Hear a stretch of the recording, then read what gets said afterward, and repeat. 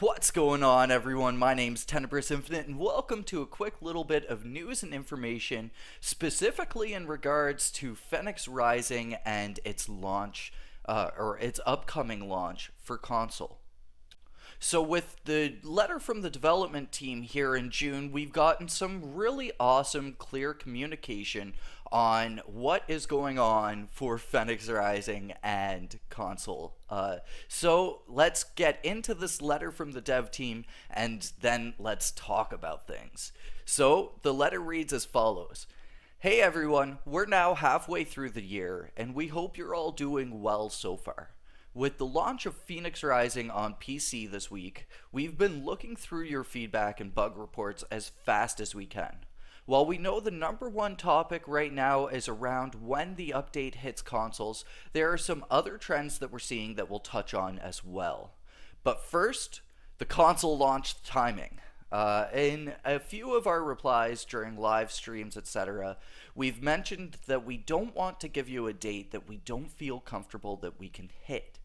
Our goal is to get these versions out to players as close to the PC release as possible. Ideally, we would have launched simultaneously across all platforms, but we need to sort through some console-specific issues that are taking longer to nail down than we anticipated. Rest assured that as soon as we go through the platform processes and can confirm a date with them, we will let you know when you can expect to see the DLC or update go live. That said, you can expect them to come in July. Now, to some early feedback on FNIX Rising and the June update. We're getting some reports of a multiplayer join bug which is causing issues, something we are currently looking into. When it comes to gameplay, we are happy to read that many of you are really enjoying the tweaks to difficulty and the experimental weapon drop rates. And lastly, it's awesome to hear so many people out there excited by the story we're telling in this expansion. We're glad you're on board for the journey. To wrap up, remember to stay tuned to our channels in order to find out more about the status of our console release dates. Talk again soon, the Generation Zero team. Now, let's talk about this for a quick second here, because I feel like there's some important things to be said about this. So, number one, let's all remember to just have as much patience as we possibly can with the developers here.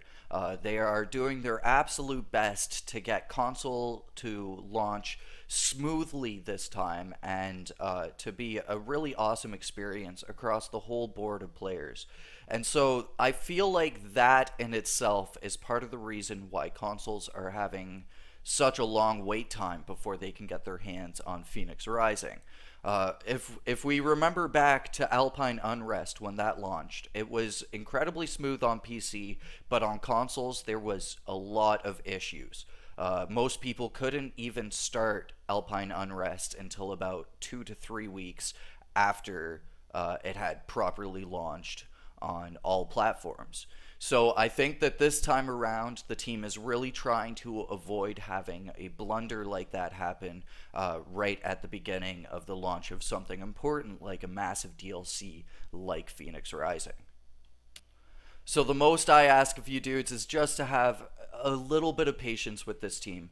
If the difficulty is too much for you to enjoy Generation Zero at this point in time, give Generation Zero a little bit of a rest, play another game. The Last of Us 2 just came out. I think Minecraft just had a crazy update.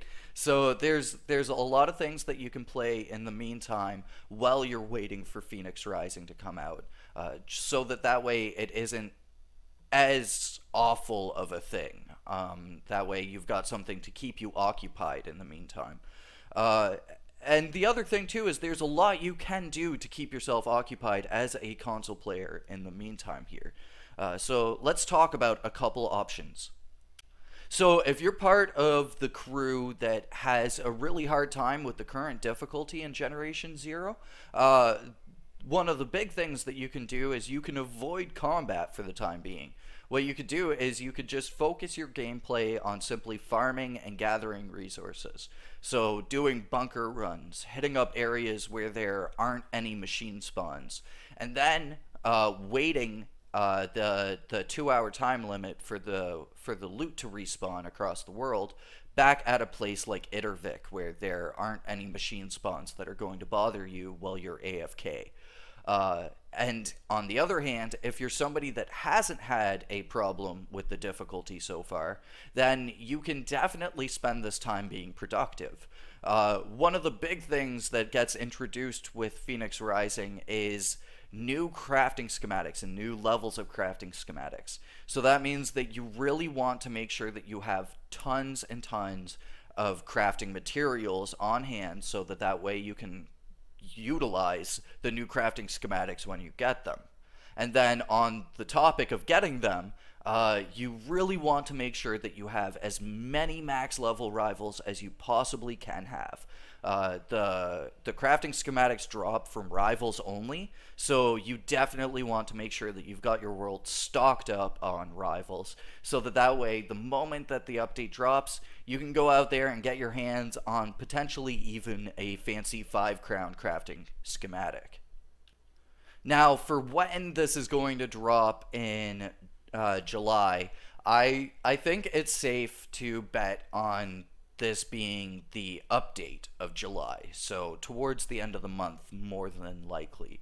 Or at least I feel like that's the safest bet you can take, so that way you aren't having any expectations that it will like potentially show up early on in July.